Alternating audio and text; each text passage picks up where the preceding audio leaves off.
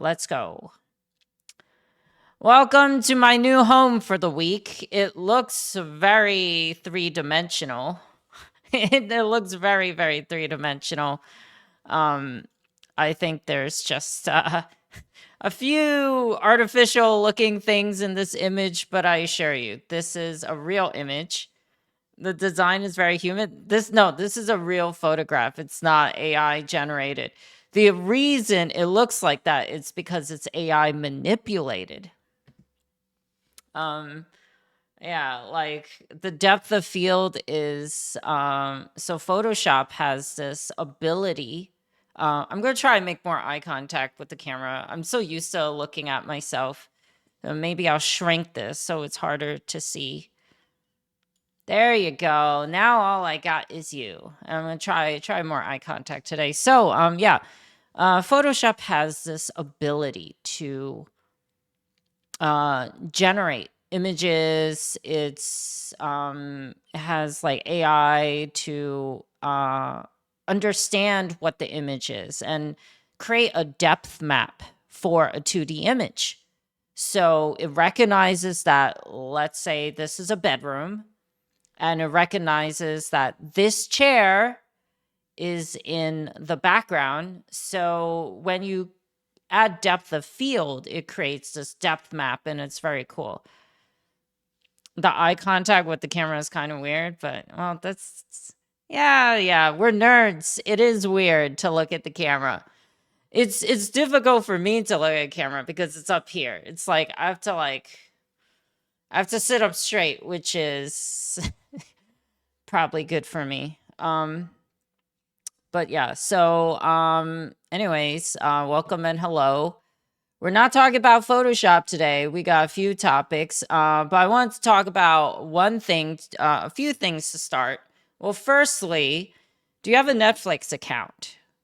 Now, if you have a Netflix account, you may have heard that the basic plan for Netflix is no longer an available option. It's the lowest tier plan for Netflix, and Netflix just eliminated it. So if you have an existing plan and you get the benefits of Netflix and you're happy with it and it's a basic plan, you probably don't want to cancel. You probably don't want to cancel. You probably want to keep that plan from now till forever. I remember my mom when I was younger, she had a cell phone and it did not have unlimited data or minutes or anything like that.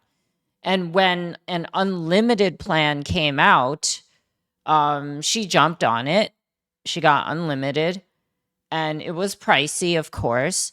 But then as the years went by and they tried to take away unlimited plans, she was, the term is grandfathered, but grandfathered in to continue the contract. So who knows how this will work for Netflix. But if you do have a cheaper account, you might want to keep it. Hi, Kapu.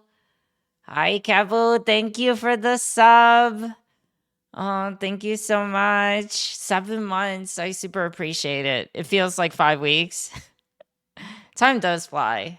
But thank you for joining us. We'll be chatting about tech today for the first half, and then we'll be rolling into a gaming stream. If you guys are listening on YouTube, Spotify, because I am on YouTube, Spotify now, I'm gonna put the links in chat. You'll just know that this show will be broadcasted first and foremost on Twitch, because I value like your questions and your live comments on the topics that we're going to go over today and for future weeks. So yeah, if you're on YouTube, check out Twitch. If you're on Twitch, check out the YouTube. And for Spotify, if you're on the go for stuff and podcasts and tech and Sharlit talking about nonsense and going on massive tangents. Yeah, I felt like I didn't have enough tangents in the past 3 episodes. So since this is episode 4, we're going to be doing more tangents. But anyways, to get back on topic, let's see. Z says they never want to actually pay out anything unlimited. It's true. Unlimited plans are actually now like they're common, but they throttle, so you need to find your limit and what works. You like massive tangents. Well, we're going back to topic. I'll tangent later, but in other news outside of Netflix, we got Overwatch 2. Yeah, the second one, which is basically Overwatch 1.5 with a promised player versus everything, environment, player versus environment, PvE. PvE content was supposed to drop on Overwatch 2, and that has been delayed till 2023, but that's not the news I want to talk about. The news I want to highlight is that Overwatch 2 is coming to Steam. Yeah. Overwatch 2 is going to be the first Blizzard title to launch on Steam August 10th. Now, there will be more Blizzard titles landing on Steam, but I think Blizzard Activision now recognizes that Steam is not a force you can brute force, if you will. You cannot push it out. And they've decided to work with them. Now, the way Overwatch 2 is going to work on Steam is very much like all the other games with their own platforms. For example, Battlefield. We talk about Battlefield a lot on this stream because I like shooters, but Battlefield is on Origin, right? EA, DICE, right? So every time you launch Battlefield, it actually opens up the Origin launcher. So that's how it's going to work. So, hey, it's awesome. I love it. I personally love all my games on one platform. That platform of choice for me personally is Steam. There are other ones out there like Epic. I think Epic Games is a great platform, especially they give free games. But I have been first and foremost on Steam, so that's kind of where I'm going to stay. Yeah, and Overwatch 2 will be free to play on Steam as well, so August 10th, check it out. And the last bit of off-topic news, ChatGPT 4, sorry for me watch, ChatGPT 4 is launching on Android this week. Yep, you could take ChatGPT 4 on your trip to Turkey or wherever you may be going, because now there's going to be an Android app that you can download. And if you're an Apple user, I'm sorry. You're not in the Mile High Club. Is that what they call it? I don't know. That might mean something else. You're basically special. Who's going to Turkey? Good people are going to Turkey. Or wherever you may be going. If you want to take ChatGPT 4 on with you, then it'll be right with you, like your best friend that fits in your pocket. Z says Mile High Club does mean something else. I always thought it was just drinking champagne, but I think I've learned as I got older that's something different. Anyways, yeah, so I'm actually looking forward to that. You can pre-save. Do they call it pre-save, preload? It's not even preload.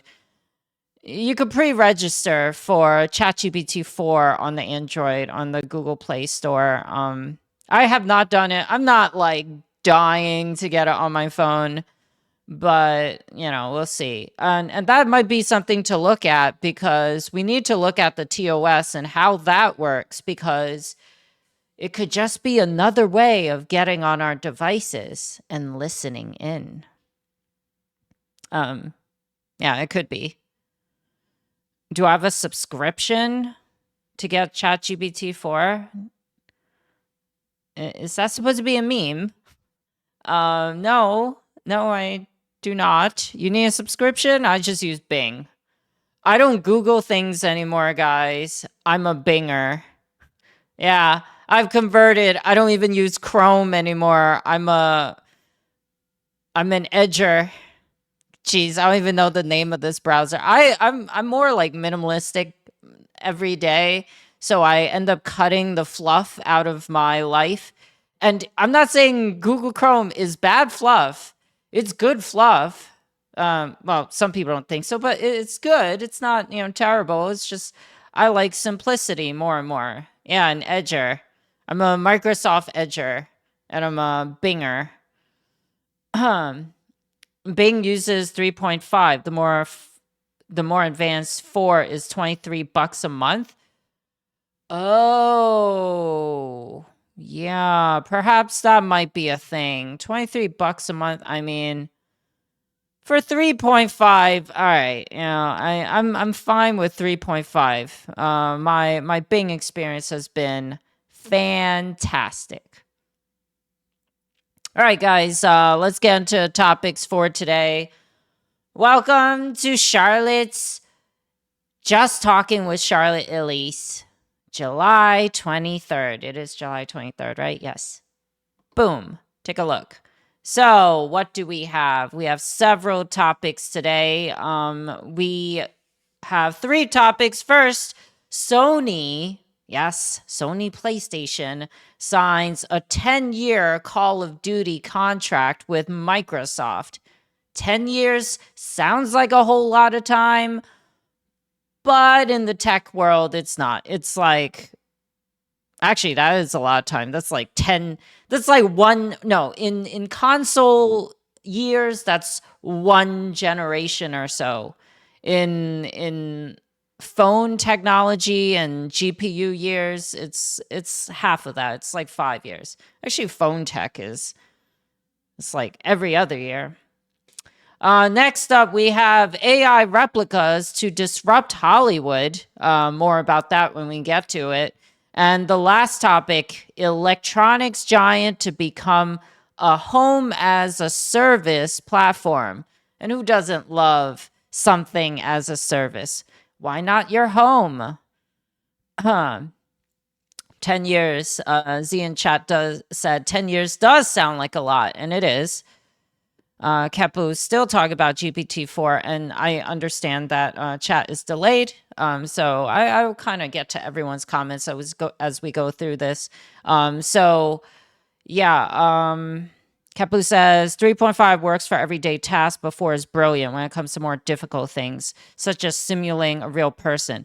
Oh, okay. Yeah. I wonder why my ChatGPT experience, my Bing experience, like it doesn't seem as smart. Okay, that 0.5 does make a big difference. All right, so the rules for this podcast show thing where we talk about tech. Feel free to chime in at any time about anything. The more it is on topic and relevant, the more value it provides. I will highlight it, and it will be broadcasted for all of the world to hear, aka you'll be on YouTube. So keep that in mind. Yeah, so just feel free, speak your mind as we go through topics. So first topic, we have Sony signs a 10-year Call of Duty deal with Microsoft. Now, Sony is a huge company that has been doing exceedingly well in the past few generations of hardware sales and software. They do extraordinarily well. But with the recent acquisition of Call of Duty by Microsoft, well, Microsoft has a opposing console called the Xbox. And you may have heard that this is something to be worried about if you're a Sony fan person, or a Sony hardware fan in general. Because if your competitor holds the gem of gaming, and we'll talk about that, then that's something to be concerned about. But before we get any further, let's take a little look at Call of Duty, the latest Call of Duty trailer. Mind your ears.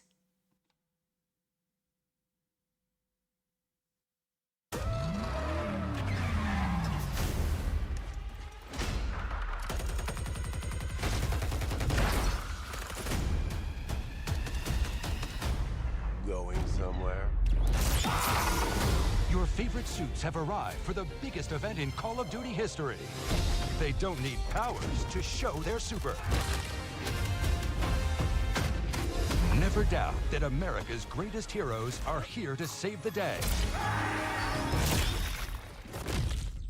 I'm so glad you're here to save the day. Yeah, I'll cauterize this later.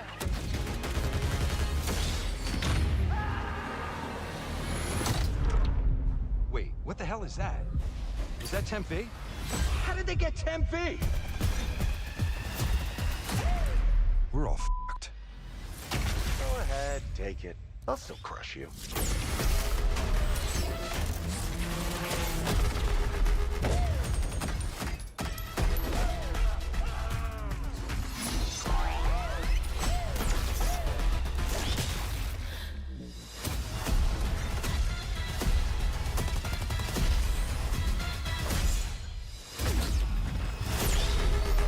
I'd feel bad about this if I cared.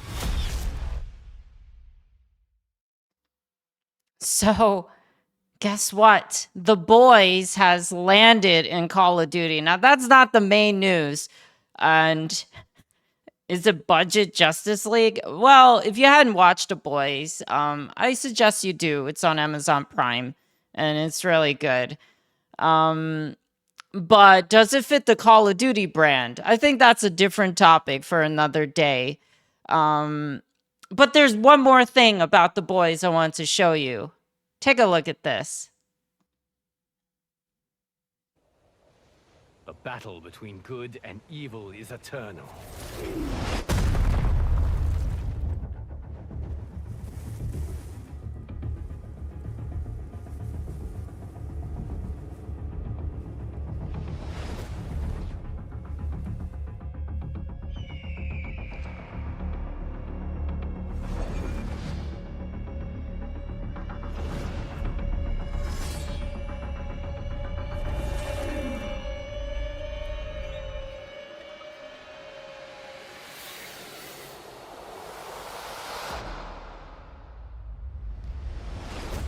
Not really related, but The Boys is making a push onto a lot of games right now.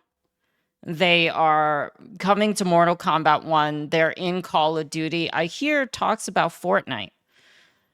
But anyways, we're talking about Call of Duty here. Sorry for the massive tangent. I love The Boys. I think it's awesome. Did I just spit on my screen? I did. Wipe it away, Charlotte. So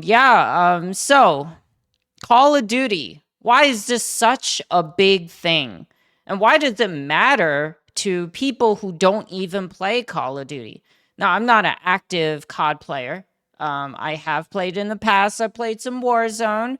And while I really appreciate Warzone and what it has provided to the Battle Royale space, I don't really play it anymore. There were a lot of hackers and stuff, but who knows? Maybe it's better now. Maybe it's worse. But Call of Duty as a brand cannot be denied. To date, Call of Duty has made $30 million. No, sorry. I'm so sorry. $30 billion. Billion dollars in lifetime revenue. We're talking about game sales here. 30 billion. And just to give you an idea of how big that number is, Sony is making $800 million from Call of Duty per year. Now, Sony is only a fraction of this 30 billion. Now, 30 billion includes the franchise to date. But nowadays, with an $800 million price tag on Call of Duty for Sony, that is insane value. It's so much that even out of all the PlayStation 5 users, There's 1 million players, 1 million dedicated, I only play Call of Duty players with a console with nothing else installed, only Call of Duty. They literally have a game console just for Call of Duty. It's outrageous. So there are a million of you guys out there who love the game to death. And then there are also 20 million people who play Call of Duty almost exclusively on the PlayStation Network, on the PlayStation platform. Allison says it's skins probably that made all that money. Oh, yeah. I mean, it all adds up. You got to think about how much everything just accrues.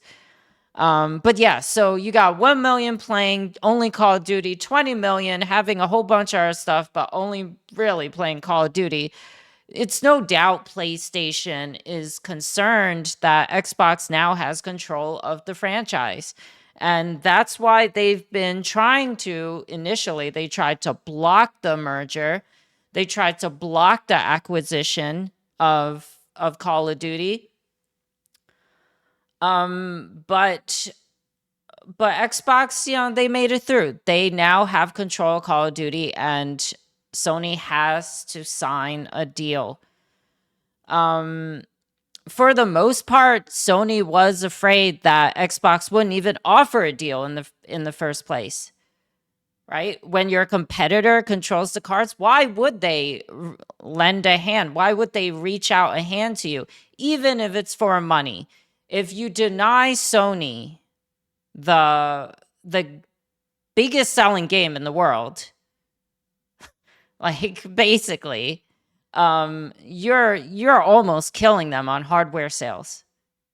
If you deny Sony Call of Duty, those million people would not have a console. That's a million consoles just taken away and possibly even converted to Xbox. But with all these concerns, Sony had voiced their opinions, and the head of Xbox, Phil Spencer, says, I will do whatever it takes. We have no plan. I'm making a commitment standing here that we will not pull Call of Duty. It is my testimony from PlayStation. My commitment is, and my testimony is, that we will continue to ship future versions of Call of Duty on Sony's PlayStation 5. But just PlayStation 5? So what do you guys actually think? Does Sony have, like, what options could Sony have done besides make this deal? Now, this deal only lasts for 10 years. It is, just to give you an idea of the console generation gap, from PlayStation 4 to PlayStation 5, it is a 10-year gap. It's basically a 10-year gap. It's a 7-year gap. But PlayStation 4 still has games being released today, 10 years later. Now, if Microsoft decides not to hand over the rights for the PlayStation 6, for the 7, then Sony is out of Call of Duty. And that is a major blow to the brand. If people played other games as much, then Sony would be okay. But this is actually very concerning. So what's going to happen? If this 10-year deal is the last deal that Sony gets, then Sony's going to have to continue making Call of Duty games on the PS5. While Xbox gets their next box, whatever that may be, and it'll have the most modern tech with Call of Duty on it. And it could very possibly be an exclusive at that point. Allison says the one which is going to hurt the consumer the most. Exactly. So Sony, we don't know the terms of the condition. It is likely that is only PlayStation 5. because Sony is still pretty bitter about the acquisition. They're saying the deal terms are not great, but they're not disclosing a deal term. So until we know exactly what is going on, we can't say for sure. But I want to know, like, how do you think what do you think? Or how do you think this will affect future PlayStation releases?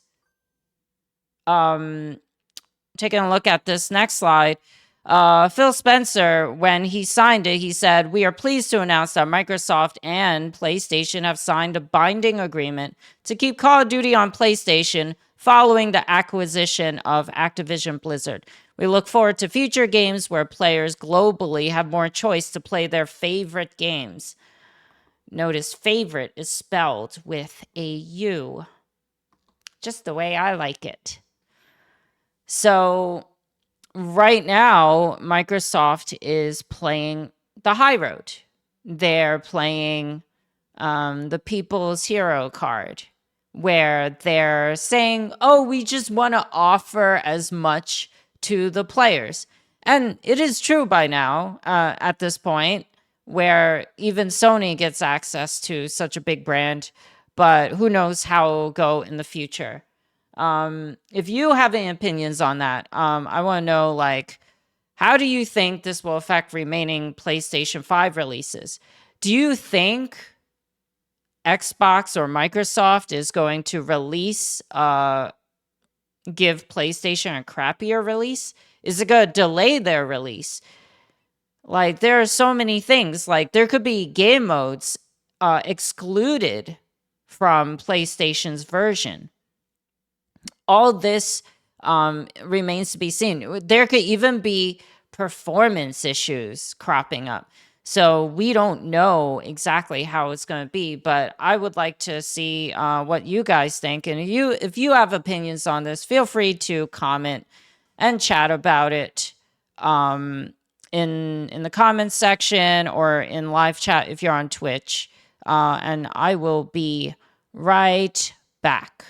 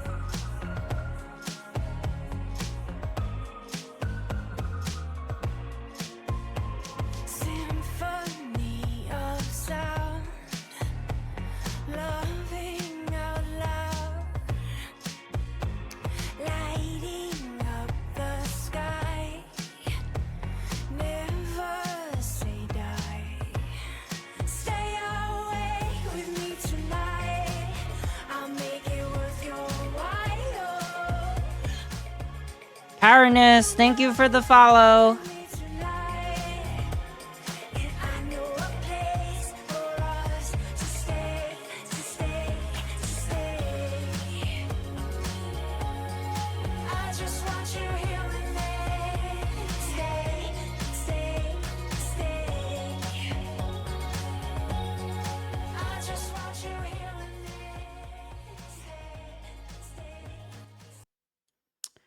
All right, so PlayStation, Call of Duty we might not see PlayStation have Call of Duty on the PS6.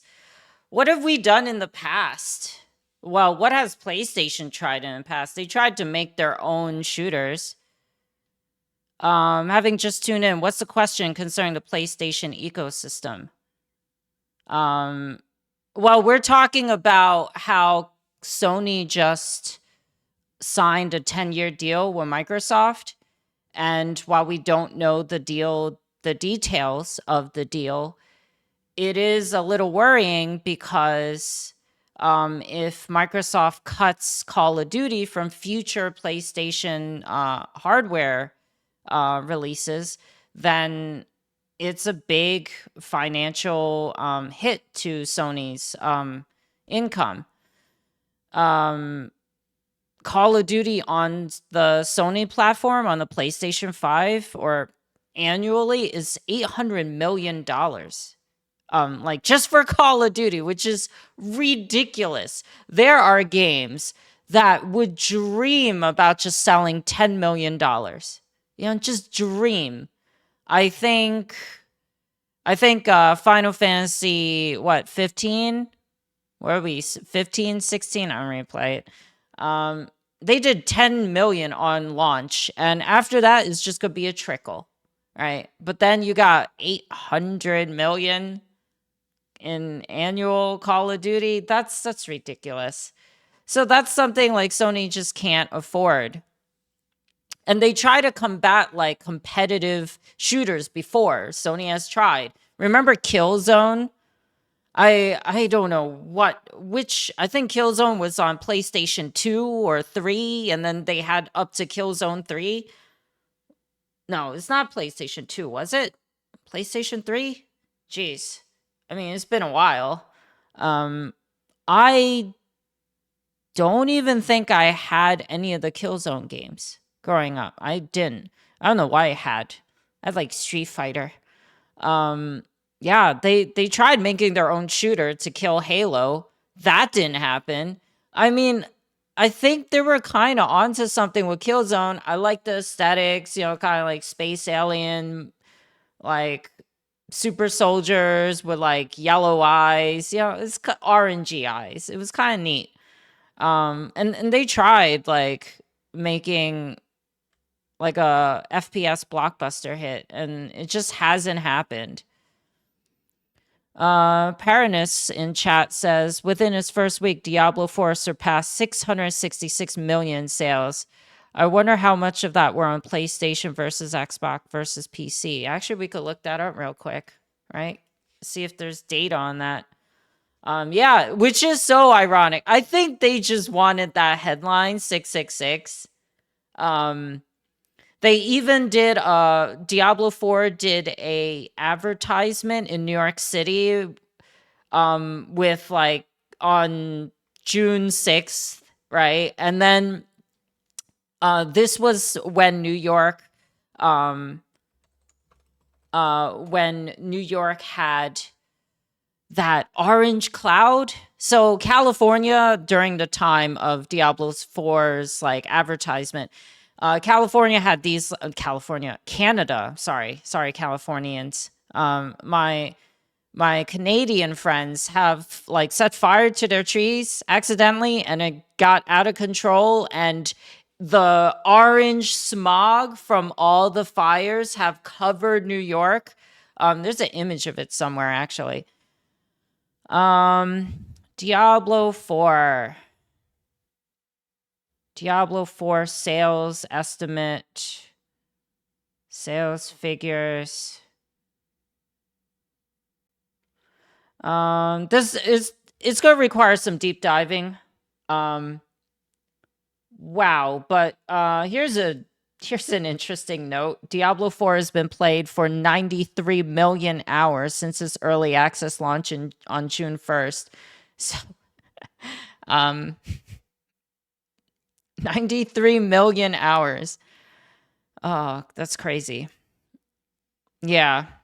So it was kind of a neat thing for Diablo to have that. Good for them. Bad for us New Yorkers who were like coughing up, and like we had a burning sensation in our throat. Rom, 90% of those hours was me. I mean, yeah, my main game that I stream now is Diablo 4, but I don't play that much. I just play during stream and off stream and after dinner and when I wake up. Maybe it's 90% of my day, but I'm not 90% of those hours. Anyways, yeah, so next topic we have is coming up called AI replicas to disrupt Hollywood. What do you mean AI replicas? Charlotte, what are we talking about? Well, if you hadn't noticed, there are some fantastical scenes in movies, right? Take Marvel movies for instance. You got like people flying in outer space and punching giant robots and creating portals into other worlds and turning green. Apparently turning green is a power. I don't know. I mean, that's just like a Friday night drinking, right? You just puke your brains out. It's turning green. But hey, you know what? By the power of movie magic, anything is awesome. And that's the thing. Generative AI has made things a lot more awesome than they should be. If you've seen the behind the scenes of some of these movies, it's just some dude being held up by a guy wearing a full body condom. It's a full body green condom holding someone up. That's what it is. But thankfully, we don't have to see that in theaters. We could see all the beauty of AI generated content. Kepu says, finally some AI. Yeah, we talk about AI every week now because it's just such a thing. And I don't know how to feel about it yet. I enjoy it. I like what it has done for society, but I'm ready for what it's going to do for society. Baroness says AI is limitless. It's the only limitations are what we distill upon it. Anything we can do virtually in software, AI can do too. I mean, we have, not sure we talked about it. I don't think we talked about it in our show. It was one of my topics that I was going to do in previous week. We talked a little bit about how AI hooks into the Minecraft AI hooks into ChatGPT 4. And with ChatGPT 4, it learns how to rewrite its own code to play more efficiently.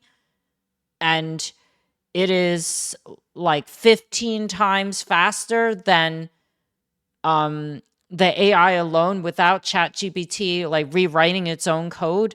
Like, it's kind of scary. We're like on the cusp of like AI apocalypse. And you might be like, oh, Charlotte, you're going too far. Well, I mean, take a look at this. Oh, wrong one. I pressed the wrong button. Don't look. So, what is going on in shut up. What is going on in Hollywood? Right.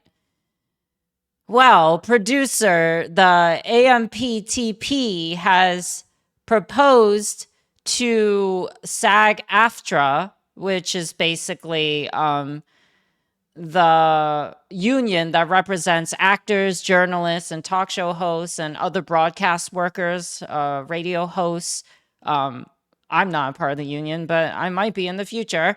They proposed that actors will have to submit their AI replicas to Hollywood. So one union representative said they proposed that our background performers should be scanned, get 1 day's pay, and their company should own that scan, their image, their likeness, and should be able to use it for the rest of eternity on any project they want with no consent and no compensation. Now, if you're not familiar, when people make movies, actors make movies, they get royalties or residuals.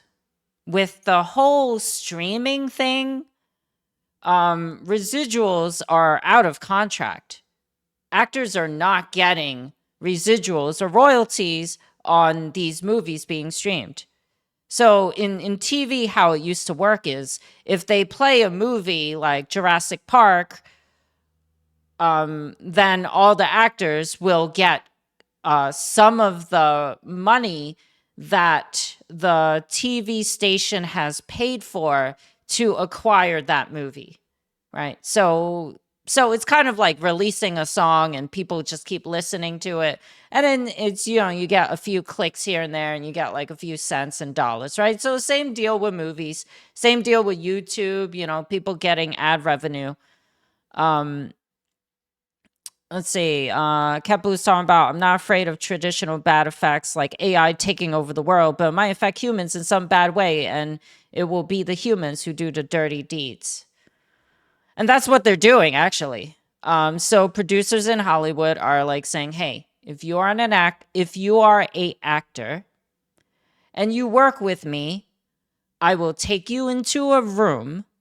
I will have all sorts of devices scan your body, make sure to capture every mole and every pimple on your face. And then I will put that image on a computer. It will be a 3D model that I can manipulate in whatever they use, possibly even Unreal 5, because it's just so damn good. They have their own proprietary software, but I wouldn't be surprised they use Unreal 5 for movie making now. And just they use that to fill in the scenes that the actor one can't do, like fly in space, or to serve as background characters. Let's see. Parana says, Ram says, yeah, that sounds like a bad deal. Yeah, they're basically trying to get a free scan of you and use that for whenever they want. It's like downloading a picture and just like uploading it whenever you want. Paranis says, I disagree with that due to the fact that not even AI can add the human element that many actors are famous for, and many of the best scenes in movies were human mistakes and they simply went with it. AI will never be able to accomplish this. That's another point too. That is a very valid point because, yeah, at this current stage, and we don't know if AI will truly develop that human element that it's somehow missing, that uncanny valley that that it has not bridged over yet. But when it does, that might be, well, kind of the end of us all, right? But until then, there are some things that they can't replicate. Parna said that actors sometimes make mistakes. There was this one scene in one of the Need for Speed. Sorry, I'm a gamer. Tokyo Drift? No. What's the name of the show? The Fast and Furious. Sorry, the last one I watched was Tokyo Drift because it got nonsensical from that point on, right? So God damn it, I didn't say it. Oh my God, the marketing has gotten to me. Fast and Furious, family. We're talking about family. The Fast and Furious series, there was this one scene where Ludacris, no, it was like, what was that other guy? One of the actors, I don't know his name. He's like another musician. He was standing next to Ludacris, and The Rock comes in, and then he said something about The Rock, and then The Rock says, "Oh, not as big as your forehead." That was a totally improvised scene, okay? And it works. The true artistry of acting and the true artistry of even like hosting a talk show is the improv and the losing track of what you're saying and somehow recouping just in time to talk about AI replicas. Rom Hook says Fast and Furious is a family drama, but with cars. Yeah, it's like the Cars movie, except with people. Yeah, so generative AI. Scanning people and using that as an asset, just like some kind of image. And this is due to producers just trying to acquire these to utilize their image. So they don't need the actor anymore. Imagine a future where actors can study 10 years, 15 years to perfect their art, their craft. They understand themselves, because to be a good actor, you have to understand yourself, and to understand the character that you're performing and how to bridge that gap. So they spend 15 years doing this, and then they walk into a studio and the studio scans them and be like, okay, now we don't need you anymore. Like, it's pretty ridiculous. So, in this, during this press conference that SAG-AFTRA has held, Duncan Crabtree Ireland. First of all, that fucking name, dude. Duncan Crabtree Ireland. I don't know. I mean, that sounds like a fake name. Sounds like a Charlotte. But anyways, he said actors now face an existential threat to their livelihoods with the rise of generative AI technology. And he brings this point up because the vast majority don't know the implications of some process like that. Chat says, Paranoia says, AI generated prawns have taken over the like of Twitter and Instagram over the past couple of months. And if you notice, not only is it overly perfectionate, but has an extremely non-human, non-alive vibe about it that is majorly unappealing. AI movies will only lead into the same. As a consumer of regular prawn, I do not know what you're talking about. But in terms of AI generated stuff, I feel that's the thing. While we are so in touch with reality now, what does this say about like future generations who are going to be exposed to this at earlier age? Like the whole internet has changed how we interact with in real life, right? Our mannerisms are different. Things are more awkward, learning how to live in a real social space has changed because of our conditioning and how much time we have spent online, right? It's a little different. So I could imagine it becomes the reality for some people. That's what I'm afraid of. Kapu says AI image and video generation is still fairly poor, at least in the consumer applications. It is true. It takes a tremendous amount of processing power. I think I don't know how many $100,000 a day to run ChatGPT 4. I think it's like something like 200,000 a day, dollars a day to keep this AI running. So yeah, in order to even do just but as with all technologies, it's going to advance. But and that's why actors are afraid, because this could be a big threat to their career. So when the production studios were asking, oh, just give us your AI replicas and we'll pay you for it, the actors didn't want to do that. They know that this could hurt them in the long term. So take a look at the next one. Fran Drescher, she was the nanny in that show. I think it was called The Nanny. I don't know what it's called. I didn't watch it. She's actually the president of SAG-AFTRA. AFTRA, and remember, that's the union for all the actors and all these people. She said at the press conference, what's happening to us is happening across all fields of labor by means of when employers make Wall Street and greed their priority, and they forget about the essential contributors that make the machine run. We have a problem. It's true. We do have a problem. A lot of jobs are being taken over by AI. And while I'm not hyper impacted by it, I'm also impacted by it. Everyone is, especially the more technical jobs, and the physically laborious ones are slowly being changed over as well.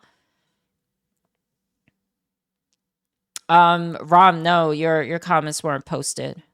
Capu says, I wonder if this is a new horse versus cars moment when automobiles start replacing horses. Many saddle makers were fearing for their jobs.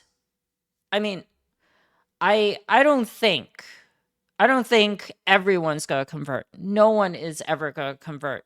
There's this one woman, she lives her life as if it were the 1950s. Like, that's just her thing. And she's like really niche, right? She has like the home and the hair and the hairspray and everything is just like prim and proper, and that's her vibe. So in the same way, I think people will appreciate like real actors at some point, but for the general public, the general consumption, AI will be primarily consumed. Paranus in chat says, it's fair to say the generations preceding us will fall out of sync with reality and become easily fooled by generative AIs, and also too overly reliant on it, to which they fail to become technically educated. Hence, we fail to achieve further advancements.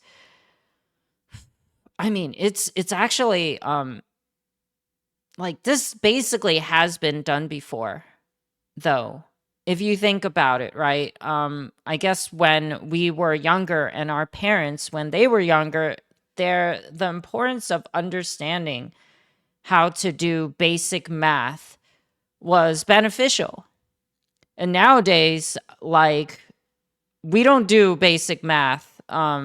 Everything's pre-calculated for us, or there's Wolfram Alpha, a website that calculates things for you. There's AI that can now do all your homework.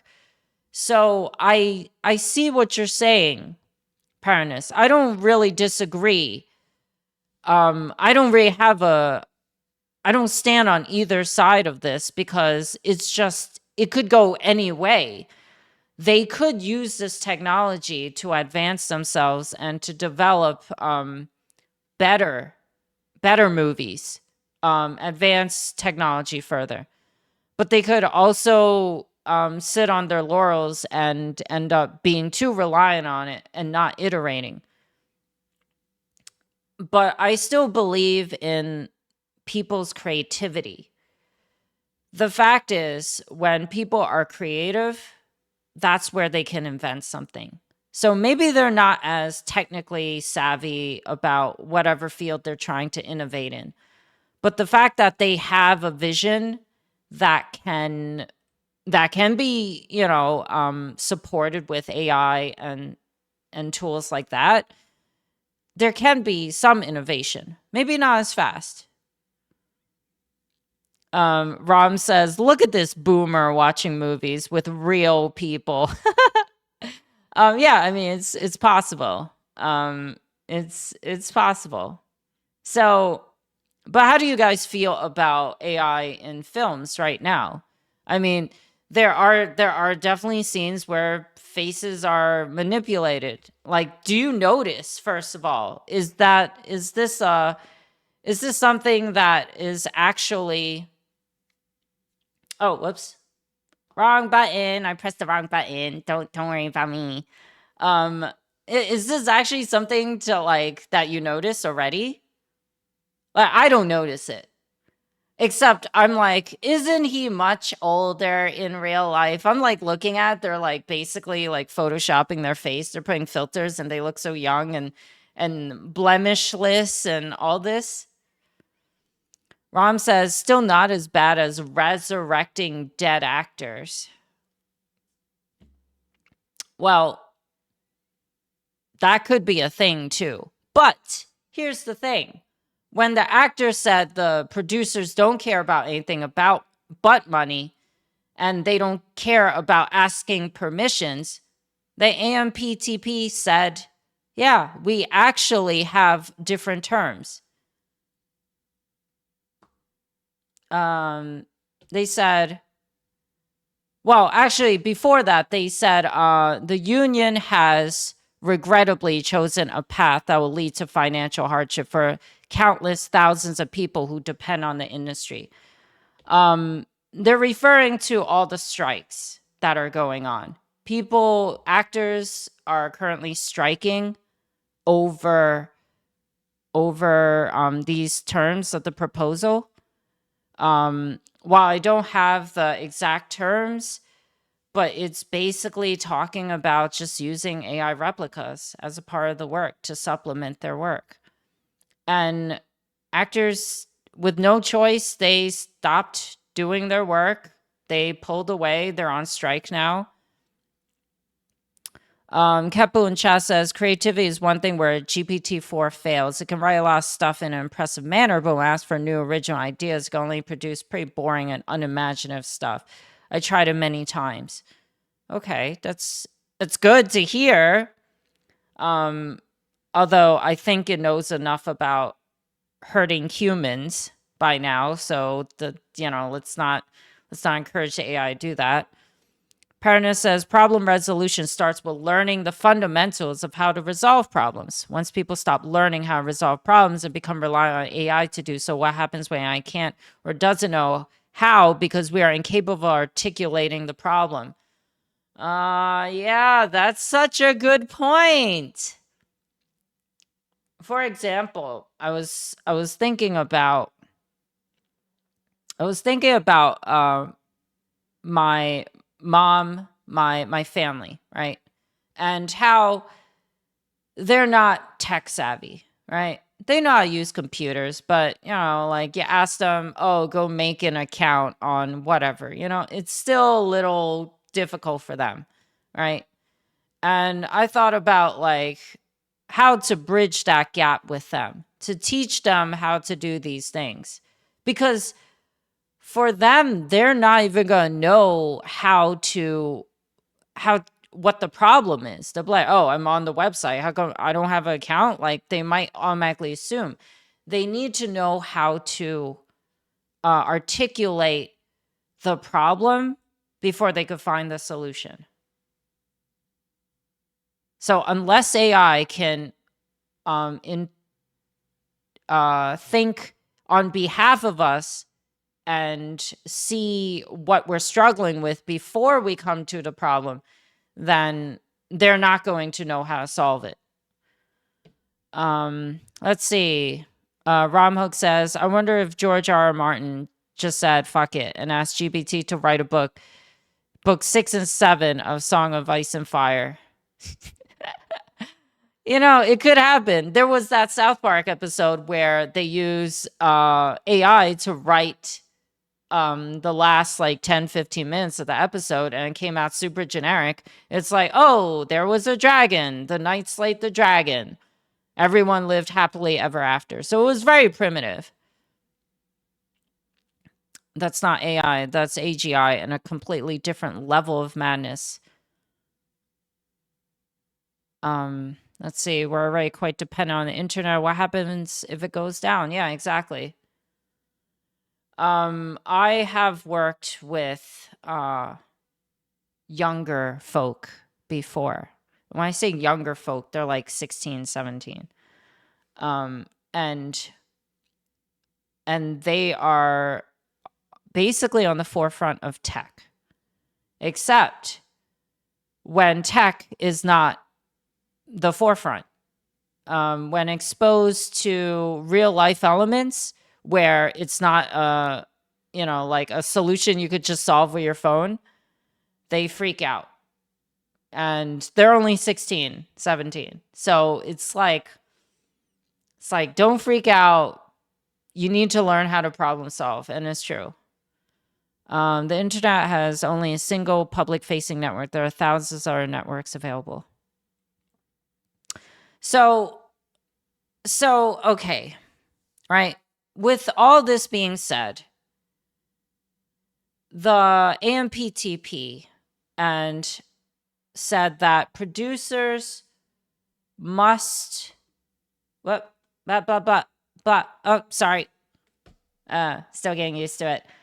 Said that the future contracts for actors will require consent, right? Which is great because by the initial statements from the actors, they said, "Oh, these production studios don't need consent anymore," right? And each time they want to use the work, they have to get consent, right? So that's good, right? If I lend my AI replica and they want to make Charlotte Murder Mystery #2, they're going to have to be like, "Charlotte, can I use you for Murder Mystery #2?" I'm like, "Sure." But they also have to negotiate, pay with me. They don't keep the initial price, right? Just like your street friends, the first one is free. The second one, I charge you double. That's basically how it's going to work. So you could renegotiate your price for future, I guess, uses of your AI replica. And that's what, the terms say. So there is some hope for it. But there's also the fact that the producing companies these studios cannot change the appearance of the AI scan whatsoever, right? So these are actually pretty okay terms, right? So yeah, you could use me in the second movie, but if you want me to wear the same thing, then I end up wearing the same clothes. If you want me to use something else, then you have to rehire me and do an additional scan. And then finally, it's just to give a reason why they're using the AI replicas. So all these things are still being hashed out, and until they come to an agreement, like I think they're gonna stay on strike for a long time. I think the last strike was like 2008, the writer's strike. I remember Conan O'Brien was like, "Sorry, this joke sucked. We don't have a writing team anymore." It was funny. But what are the producers going to do this time around? Are they going to use AI to generate more stuff because of a strike? Let's see. Be hilarious. Paranus said it would be hilarious if DNS died and everyone forgot how to actually use TCP/IP. I'm sure AI could give us the rundown on that if we asked. Or I'm sure someone has a book somewhere that they could rebuild the internet. There was this one movie where it was post-apocalyptic. I think it's Station 11, something like that. Really good.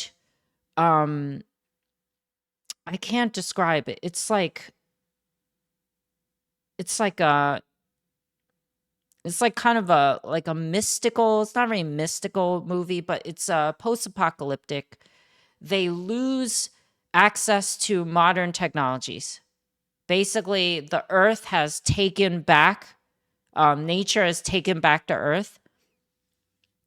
And in order for them to rebuild society, they downloaded Wikipedia. Yeah, they downloaded Wikipedia to a computer. Now, it's not the main plot point, but it is kind of like interesting. So by using Wikipedia, they were able to figure out how to create agriculture and start growing crops, So this is like very like, if you are not backing up Wikipedia right now and you're worried about post-apocalyptic like scenarios, then what are you doing? Romhook says this could be a movie plot 50 years from now. People use today's technology, but I have no idea how it works. It was created by unknown ancestors. Paranus says, so let's say they scan Gal Gadot, Wonder Woman. If they didn't like her boob size, we can use AI generate larger boobs and off to Wonder Woman 2, 3. I mean, if the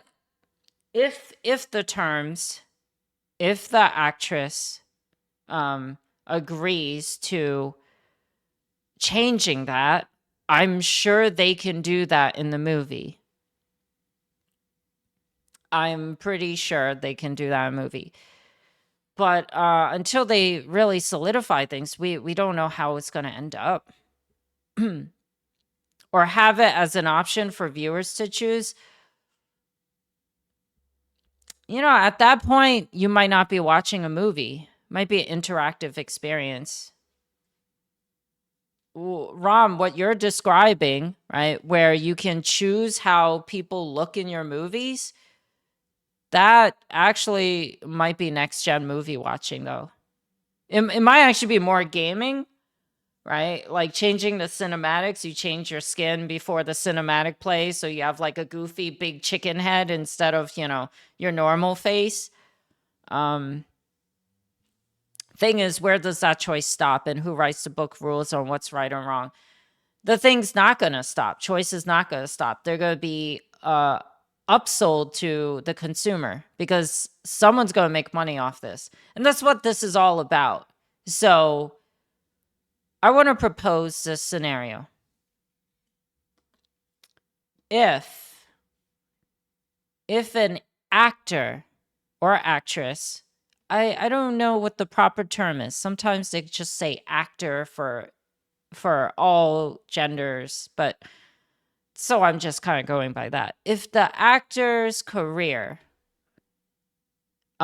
is the actor's career affected if they deny studios access to their AI replica?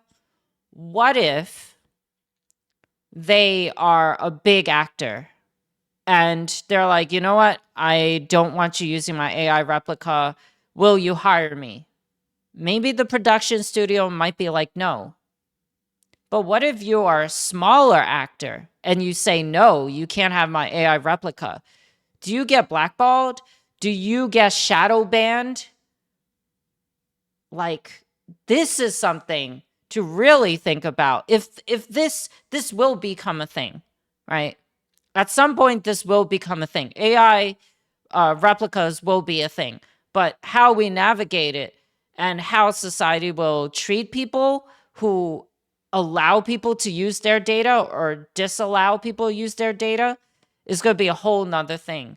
There are already programs like for example, like websites, news websites, that you can't read more articles if you don't agree to allowing them to access your data and create cookies on your thing or to subscribe, right? So this could very well be the same for film production studios. Let me know what you guys think about shadow banning if someone doesn't allow you to use the AI replicas. And I will be right back.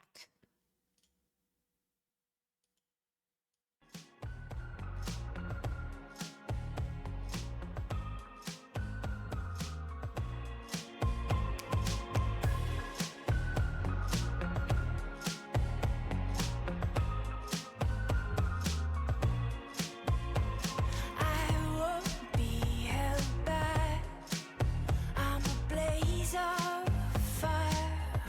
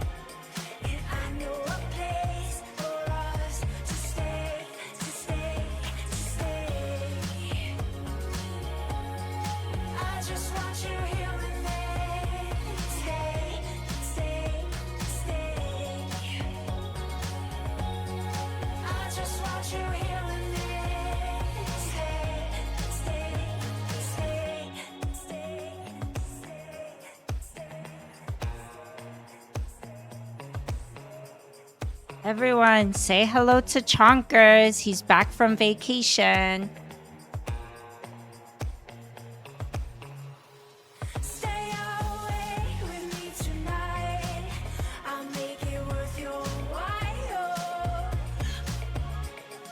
Come away with me tonight.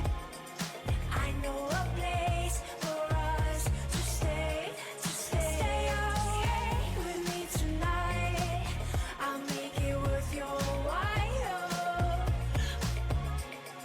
Come away with me tonight. And I know a place for us to stay, to stay, to stay.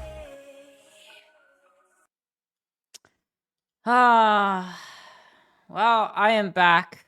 Where did Chonkers go on vacation? Chonkers stayed in Vegas. When I went there, he stayed in a hotel room. He pretended to pack himself in my backpack. He zipped it up, but then when I wasn't looking, he unzipped it and he climbed out. He put a bag of potato chips inside so I wouldn't know the difference. And I didn't find out until he came back. So yeah, Chonkers. Chonkers with a Z, my dudes. So we are talking about AI replicas in Hollywood. And the question was, what is the impact on a famous actor's career if they denied studios access to their replica? Now, they might not be featured in that movie, but will they get shadow banned? Will they be blackballed? Will people talk funny about them during dinners and stuff? Be like, oh, that's the person that's something. I don't know. Let's see what you guys think. The whole idea of scanning people and replicating people on screen is just bad, Paranus says, because it can then be grossly abused. Those who do not desire to film adult content could find themselves in unagreed prawns. And then what if the predatory people obtained attacker scans of the young actors? They're just too much legal liability. And we already hear and see daily so many companies getting hacked, hardcore data breaches. They are assuming a responsibility well beyond even that. That's another thing I didn't think of. And that's why I'm asking you guys, because you're just enlightening me. You said, basically you're saying, what if the AI replicas were leaked? What if they were leaked? What if someone's like, oh, you know who's really hot? I'm not crazy about anyone at the moment. This is going to take a while. Give me a hot actor, actress. Margot Robbie. She's really pretty, right? What if they released her and, they leaked her scan? Paula Patton, she's an actress. I don't know. I'm sorry. I'm sorry, Paula. I did not mean so. First person I think of is Keanu Reeves. He's not hot. Not to me. He is hot. Not to me. But he is a genuine nice person, so I think of him, when I think of actors, actresses. Anyways, yeah. So what if his scan was leaked and they put him as a replacement in a movie that he wasn't in and it became like a meme, What if it was used for even worse, not for safe reasons? Like, yeah, it is a lot of liability. And movies leak all the time. These things happen. Data leaks. So when an actor or actress releases their replica, they run the risk of having career-changing damage. What if these leaks get into the hands of the public, right? And that's it. It's kind of like over for them, right? Now, very few people, I think, can run with the joke and get featured in a movie. Yeah, exactly. Yeah. At the end of the day, people who do good work, if they do something that is not safe for work, people will remember them for the worst thing. People are just pessimistic like that. They always look at the worst in people, right? So if you're like this great person that just works in soup kitchens all day, but you have this weird fetish with some big toes, they're going to just think about your fetish with the big toes and not about your work that you do every day serving people in soup kitchens. Stuff like that, you know? And that's how it's career ruining. But then if they don't offer their AI replicas, they could also not get a career. So it's kind of like do or die, right? If you're an up and coming actor and AI replicas are normalized in contracts, then you run the risk of just like ruining your career. But, you know, if you don't even agree to a contract, you have no chance. So it is quite a lot to take in and a lot of rulings to go through. Data is not as safe as we would like it to be, but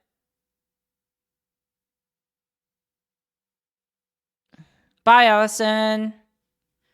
Paranus says, never mind that. Your scans just became a new currency online for trading other celeb scans. Now it's just become a currency and you're getting $0 from it. Yeah, that's true too. Money-wise. But like, I don't know about new currency because I feel like when something leaks like that, it's just everyone's gonna have access to it. Nowadays, you don't need a second fappening to make this, you don't need to host it on mega uploads anymore. It's just so easily to access data. So yeah, that's AI replicas in Hollywood. We have one more topic for today. Coming up next, we got electronics giant to become a home as a service platform. Oh, chat says, oh yeah, I'll trade you Tomb Raider's boobs for your special Digimon foil card. Z says the second fappening is upon us. It's possible. It's possible. Now, I assume AI scans will be clothed. Like, it's too risky to, it wouldn't, okay, like, if they do AI scans where it's like a skin suit, like a bodysuit, then the studios could add clothes on top, and that could be, like, not a breach of contract. If they scan them with the clothes on, then that could make it safer. One, for the leaks, and two, for the contract. If they want to change the clothes, they're going to have to rescan. But if they're giving out the bodies, if they're using bodysuits, the studios could just throw clothes on and say, oh, it's not a part of your character. It's just clothes that happen to float over the character. Do you see what I'm saying? It's like semantics and stuff. But yeah, anyways, third topic and our last topic for today, electronics giant to become a home as a service platform. What the hell are you talking about, Charlotte? Who is this electronics giant? Who? Tell me. I will tell you as soon as, well, I tell you. Electronics giant. Who is this electronics giant? LG. Lucky Gold Star, South Korean giant, tech giant, who manufactures my monitors. I have 2 LG monitors right now. And I never really had LG products until like this year. So I got 2 LG monitors. And they are making a big pivot. Instead of just, well, not pivot, they're creating a new addition to their hardware. Now they do computer sales, like computer tech sales. They do TV sales. They do a lot of home appliance sales. Check your laundry machine. If you have one, it might be an LG. And if you bought it last year, you might notice some things. So LG made $51 billion last year, right? In sales in all their product groups, right? I talked about the TV, talked about computer tech, home appliances. They just made 51 billion last year. And they're projecting to be 79 billion in 2030. They're aiming to make like a 50% increase in revenue. And how are they going to do that? Well, they're introducing they're planning on transforming their company into a smart life solution company. So, what is smart life? Smart life means home life, means remote access to your devices. It means controlling things off of your phone. It means firmware patches to your appliances and hardware. It's smarter, but it might be at a cost because this new business model focuses on customer engagement. Customer engagement is another way to say that LG is focusing on serving ads to people. So LG has several products out there, but they have a software product called WebOS, and it's a TV software on all their TVs. So if you bought any smart TV in the past decade, you might notice that it comes with some software. Samsung has their own, LG has their own, but the WebOS platform serves as a user interface for people to control their TV, to navigate, do searches, and to connect to the internet and do all that stuff. It's basically turning your television more into a computer-ish kind of computer. It's a kind of computer, not a full computer. Some softwares even allow you to play like games on the TV, like built-in games to the platform. So this WebOS is going to expand to serve people ads and serve people subscriptions. Yeah, you might be subscribing not for TV channels, but subscribing for TV functionality in the future. And that's what they mean, home as a service. They're planning on rolling out WebOS not only to the LG brand, they're turning it into a software that other TV brands can use. So let's say you're doing, I like to call them asset flips, but they're more like hardware flips. Let's say you're making an off-brand television or a monitor, and you're making a smart TV. You're trying to undercut the big headliners like LG, Asus or whatever, like you're just trying to like get your foot in the market by building some poorly named, might I add, like tech company, right? And you don't have the software to make a smart TV smart. It takes like a whole new department just to get that launched and a lot of time invested and a lot of data. So what can you do as a new manufacturer? You're trying to start your own company? Well, you reach out to LG. They'll offer you WebOS at a fraction of the price to create your own software to run on your televisions. And through that, they can serve ads that would make LG revenue. And you get your product smarter, more or less smarter. Let's see what they said in chat. Smart life must be the opposite of what I'm living, says Kepu. I mean, I actually really like smart tech. I'm a very techie person. Up until this year, you haven't seen me talk about tech much, but it wasn't up until this year where everything for all my tech has broke. My PC broke. My phone is dying. It doesn't even record audio sometimes now. Like, I am like super into tech now because I need it to be. Thought most TVs just use Android. Yeah, well, LG is trying to change that.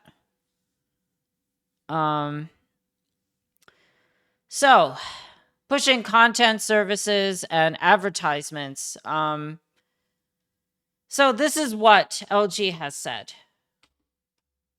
Their goal is to further evolve LG ThinQ up appliances. That's, the stoves and the microwaves and the refrigerators and washing machines that upgrade functions customers need even after purchase, and evolve into a home as a service platform that combines hyper personalization, subscriptions, and smart home services.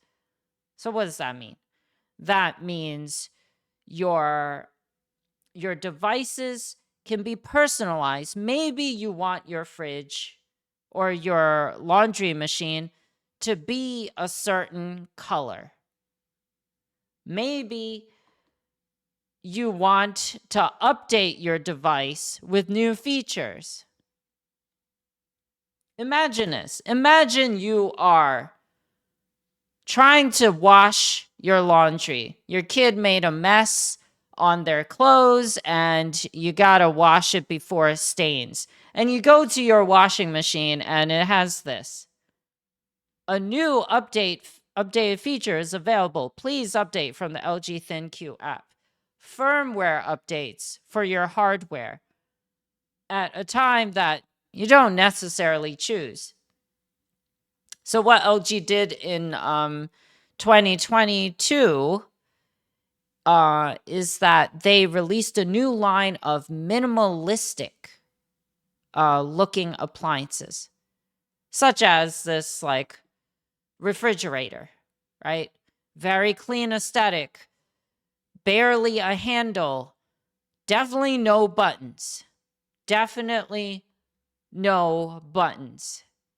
And if there are buttons, it's a tiny little thing, if you could see in that image, that looks like this, right? You got your on, you got your start, and you got your dial and all the UI that you ever want. Chat is saying, if my fridge needs updates, I don't think I'm going to want it. Paranus says, I just want to wash my damn clothes, not update the BIOS of my washing machine. But this is what they think people want, or people need, or just to make money. Because this whole thing is about making money. By serving a subscription plan and unlocking new features, people are going to pay a monthly subscription to use their laundry machine. Here's an example. Right now, if you bought a laundry machine from LG, it is minimalistic, yes. It has basic functionality, yes. But in the future, they're going to patch in laundry saver mode. Now, yeah, Charlotte, what is laundry saving mode? Laundry saving mode is the ability to force your machine to continue to tumble your clothes after the drying cycle. It will tumble endlessly. So if you ever want to bully a kid, you stuff them in and you put it in laundry saver mode. They will tumble as long as there's electricity running through that laundry machine. It won't burn them because the heat is off, but will remain tumbling. And you're like, why would I want that besides bullying the neighborhood kid? Well, I mean, if you don't want your laundry to wrinkle, you could have it tumble endlessly, right? So it doesn't crease, it doesn't fold, it's dynamic, it's fluid. It's like water. Be like water, my friend. Um, and that's one of the many features that they would push to your hardware. For now, we have yet to know how they're going to market the subscription to your dryer. We don't know if this laundry saver mode is an update that's going to be freely accessible to users. We don't know the business model. We just know that they want subscriptions and they're going to do it, even if it's just removing some basic functionality that we expect so that they could upsell us to a subscription model. Have you heard about the TVs that now have a large segment of them? They are like free televisions, like nearly free televisions, like $100 for like a 40-inch TV, but they serve you ads as a part of the deal. And the ads will like listen to you at all times. Like the TV will listen to you at all times and serve you ads. And if you invite people over and you're watching TV and there's like just an ad there, your friends are never gonna come back, but you would have saved a lot of money, but you're not gonna have friends. That's kind of some of the fears that we have when it comes to ad serving when you're just trying to do laundry. Checking chat, it says, I would install a talking AI to my coffee maker if I could. Would you? Would you really? Your coffee is almost ready. You probably could, but that's probably going to be in their subscription along with your coffee subscription. So keep that in mind. Don't give them ideas, okay? Don't give them ideas, Kepu. Paranus says, let me get annoyed by my smartphone beeping at me about my clothes about to be done and now done. God forbid they make a microwave that doesn't beep when I want to nuke my food. Yeah. I mean, maybe you want like some kind of ringtone for your microwave. With a subscription, you can personalize your microwave. I'm not saying it's out, but I could imagine this being a thing, right? And who doesn't like a good ringtone, right? How many times have you been on the phone and you got a call and you're like, I'm not picking up. I just want to hear the song. And then when the drop comes, then you pick it up. I don't know. Maybe that's just me.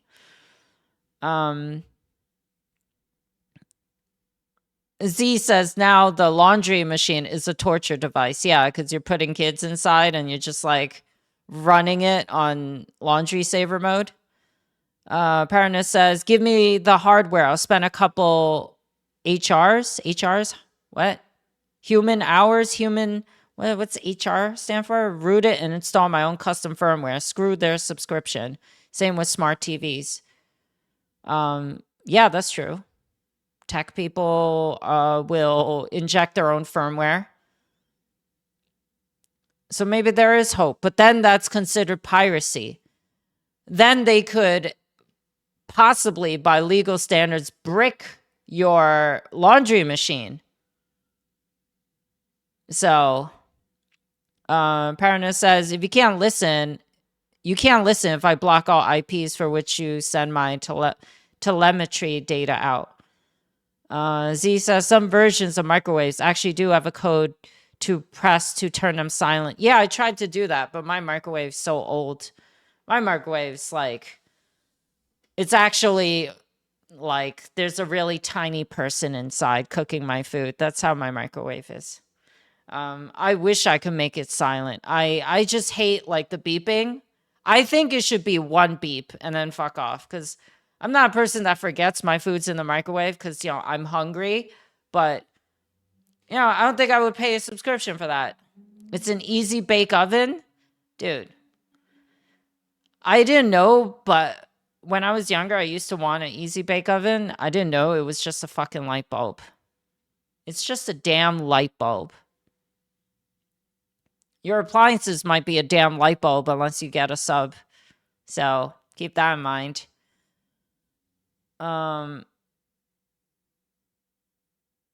Yeah, well, watch out. Maybe they're gonna have some workaround to block firmware updates from a local source.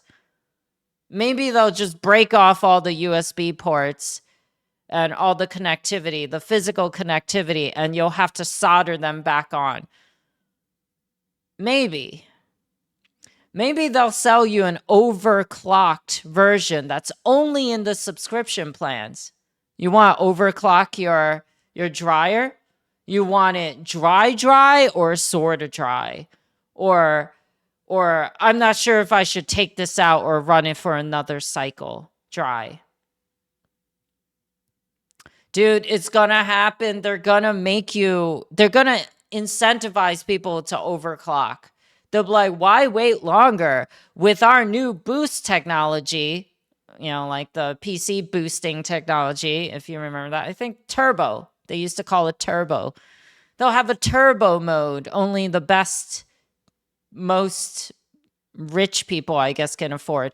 Because if this hits appliances, it hits your dryer, hits your washing machine, hits your refrigerator, hits your microwave, hits your coffee maker. Imagine running all those subscriptions. Yeah, that's going to be very expensive. So chances are they're going to be like, okay, now I know you have all our appliances, but what if we offer you a deal to save on the LG Home Experience plan, right? What about innovating the customer experience? Doesn't that sound good?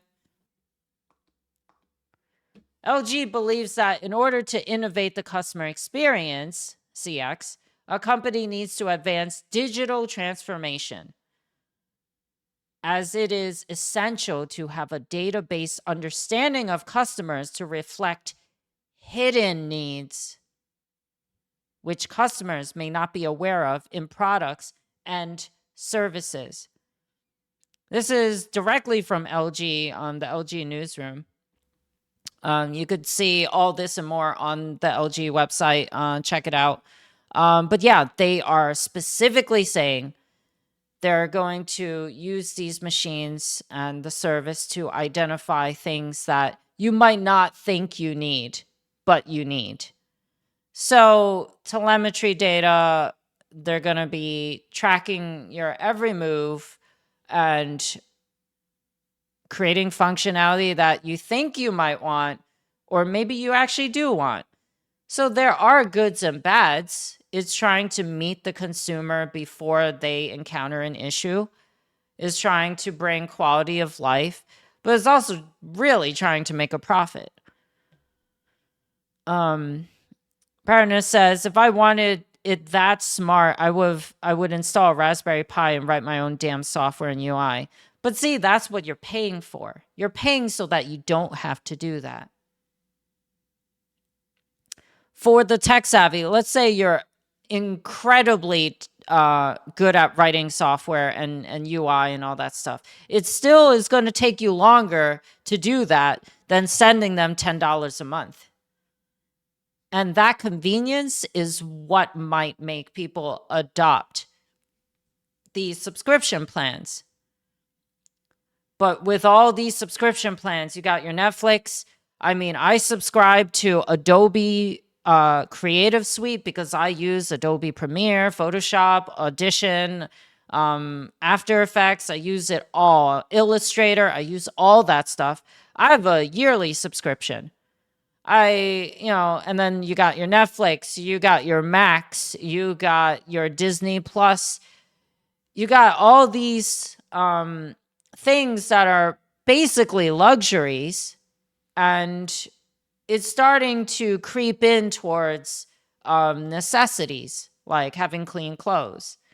And, well, I mean, coffee is still a luxury. Having clean clothes, you can still wash by hand. Nothing wrong with that. If you live the the natured life, then good on you. So what is next for LG? Chat says smart toilets will tell me your diet sucks or you're out of toilet paper. Here's an Amazon link for more. Drone delivery. I mean, as a person, okay, as a person I love tech, I love minimalism. These laundry machines and these refrigerators, they really speak to me. The whole idea that they don't have a lot of buttons, these really speak to me. I am a person that buys. Now I used to do this. I don't do it anymore because it's really time consuming. But I used to buy, like, let's say like face wash, right? They come in these transparent bottles and they have a label on them. I used to rip them off because it would drive me nuts.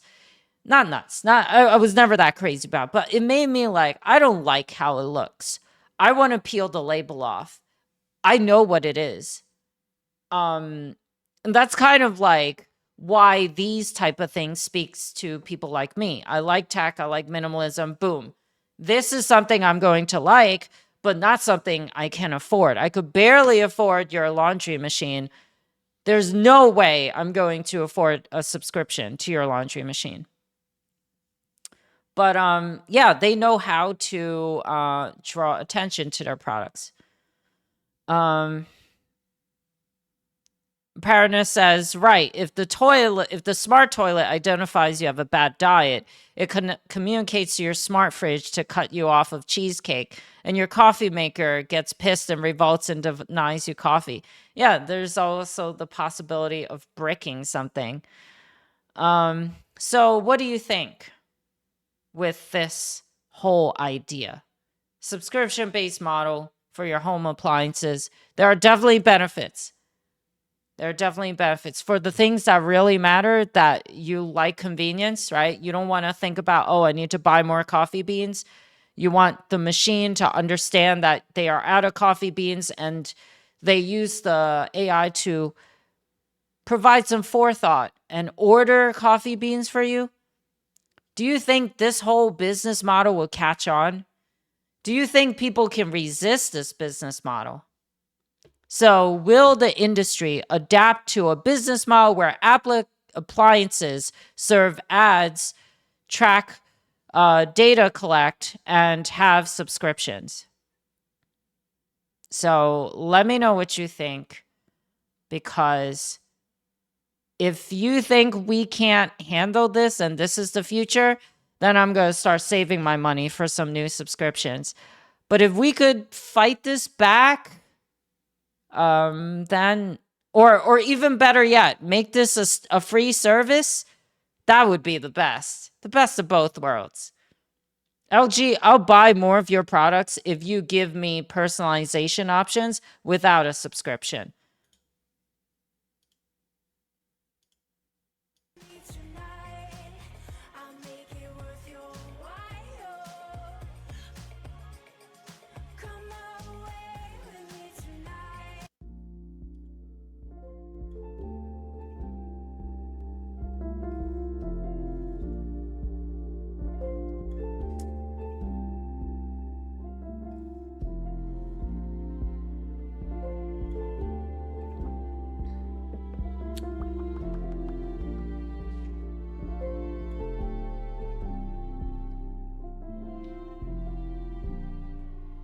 I want your heartbeat.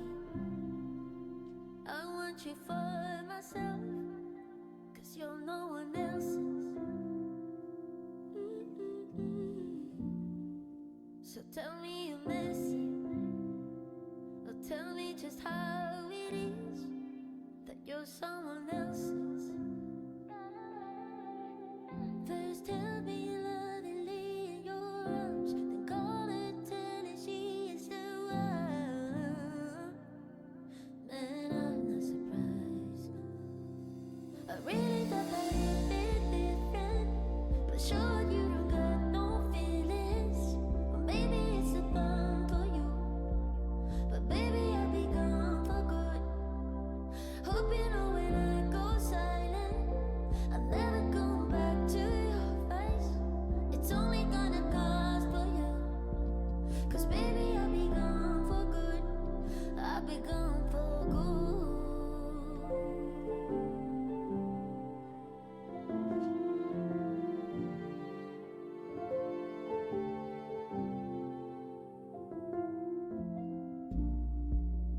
was running in circles.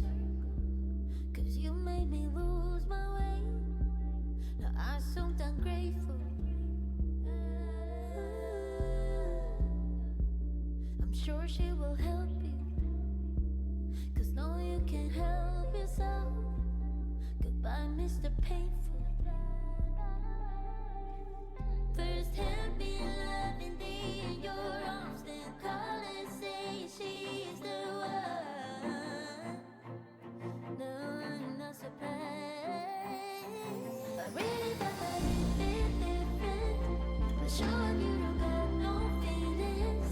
Or maybe it's a fun for you, but baby I'll be gone for good. Hope you know when I go. All right, I am back. We are talking about LG, electronic tech giant, changing to a home as a service platform, serving software that will upgrade your functionality on your appliances, on your TV, adding essentially torture device to your dryer. I'm just kidding. It's not a torture device. That's not how they market it, so don't take me for that. I was talking about throwing a kid in there and just tumbling forever. Let's see what you guys have said about the industry. Will the industry adopt this model?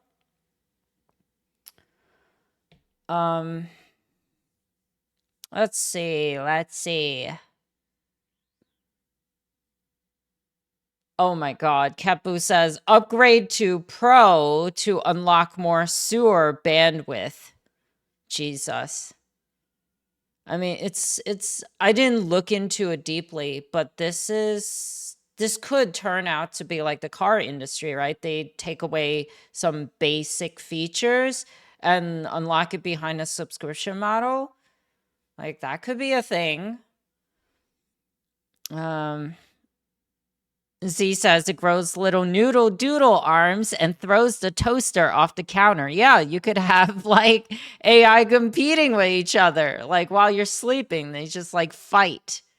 AI in tech and home appliances. I really like it, guys. I want it, but I don't want to pay for it. That's the only thing. And I am worried about it bricking because they didn't agree with me. Paranus says, I enjoy the idea of a smart house and IoT. However, it's not affordable currently, and I hyper hate the idea of subscription-based hardware anything. Advertisements already make up 80% of the content online. Exactly. That's exactly how I feel. I like the idea. It's not affordable, and there's already a lot of advertisements, right? So we could possibly see base models serving advertisements and subscription-based models serving ad-free services. Imagine hearing an ad every time you put a article of clothing in your dryer or something, and could be really invasive. It is invasive if that happened. Z says it's like ads at gas stations, but in your home. Yeah. As a person who doesn't fill up gas, because I'm a New Yorker, we barely know what a car is. We know what an Uber is, but we don't know what a car is. Yeah, I've seen those before, and they're like speeding you through all these ads, and you're like just staring at it. It's kind of like that. Your whole fridge. If remember the fridge image, this one. Imagine this whole front panel where it shows the inside of your fridge. It's a screen that shows an ad. Like what if it knows your kid is around and you're not around, and they start selling toys to the kids, right? Like, oh, here's the new Fortnite release content, and download it with, mom's credit card. And then when you come in the room, they'll be like, oh, adult detected, going back to premium mode. Like, it could do stuff like this. I don't think it would go to that extent. But, as an industry, it could be a problem. King says in chat, 1 or 2 major corps will be successful, but most of us will stick to the old tried and true. King also says viral marketing is effective because most people try to latch on to what's popular. So a few influencers will pick it up. Then the legions of drones will ad nauseum. Then mom and dad. So it'll be popular, but will lack serious reach.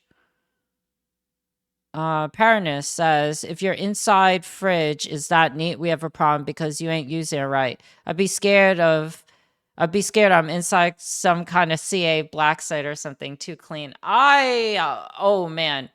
You know what would make me happier than a clean exterior of the fridge? A clean interior.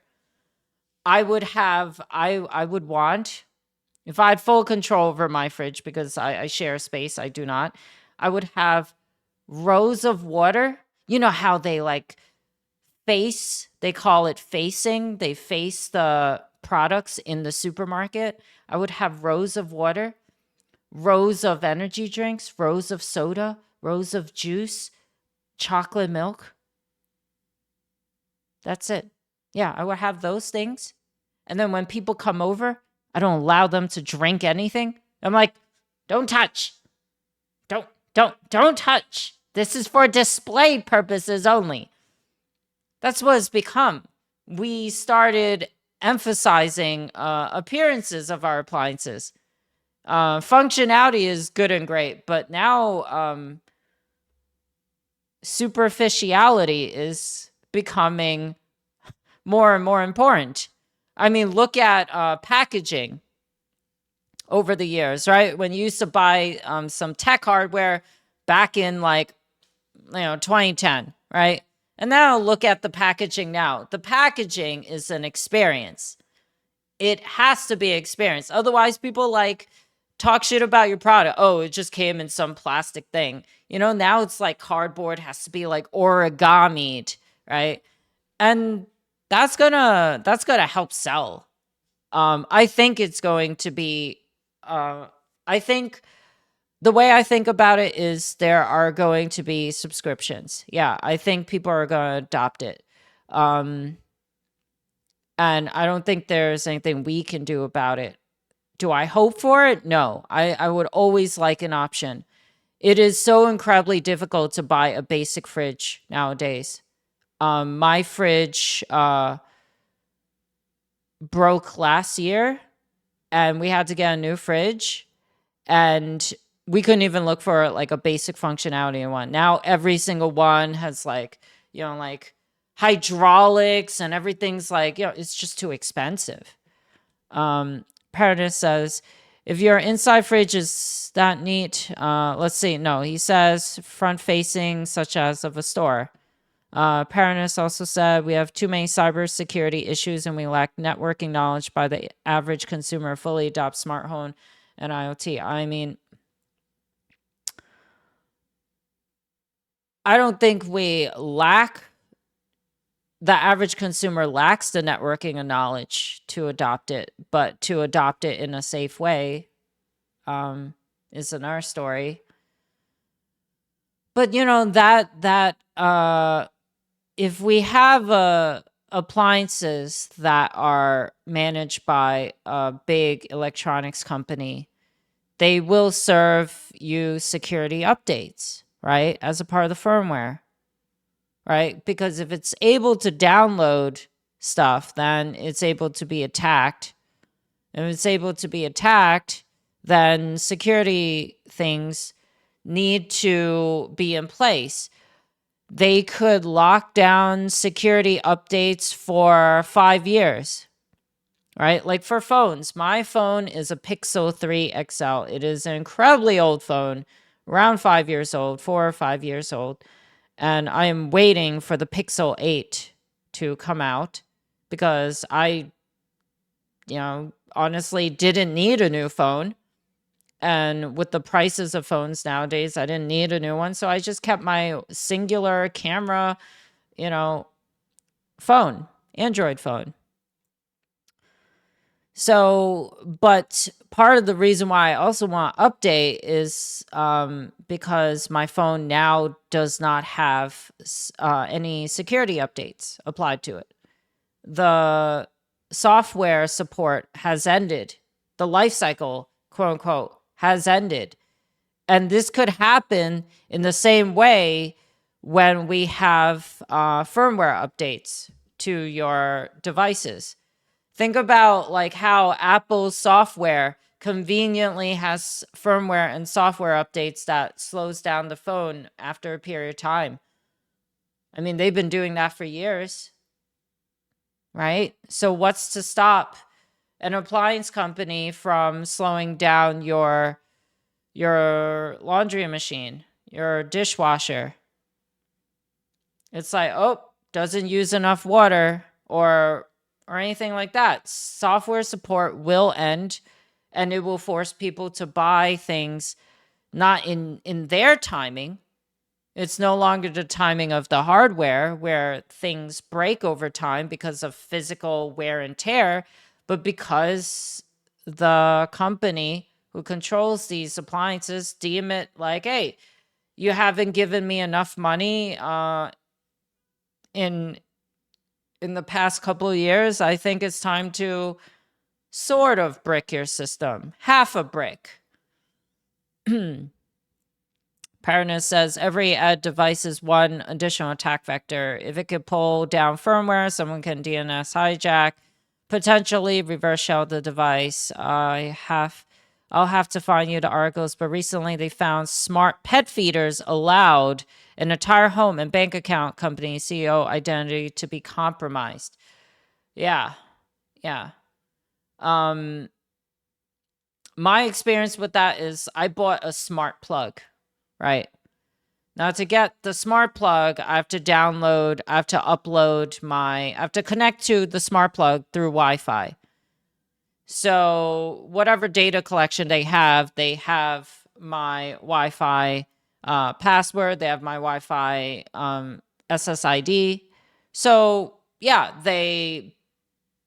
I am trusting some no-name smart plug company to manage this data. And it's very easy to just like lose control of our stuff. Well, I mean, things do seem dire, but at the same time, there are benefits. And maybe you don't like how the fridges look. I know I do. So I don't want to be all doom and gloom, but that's what the news serves us. That's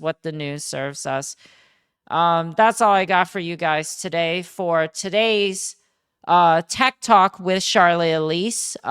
This show is going to be on YouTube and Spotify. If you like what I do, make sure to subscribe. Make sure to contribute to a conversation because I really want to know what you guys think. And you guys provide so much insight so I can learn about things that I love in greater detail. YouTube, Spotify links are in chat.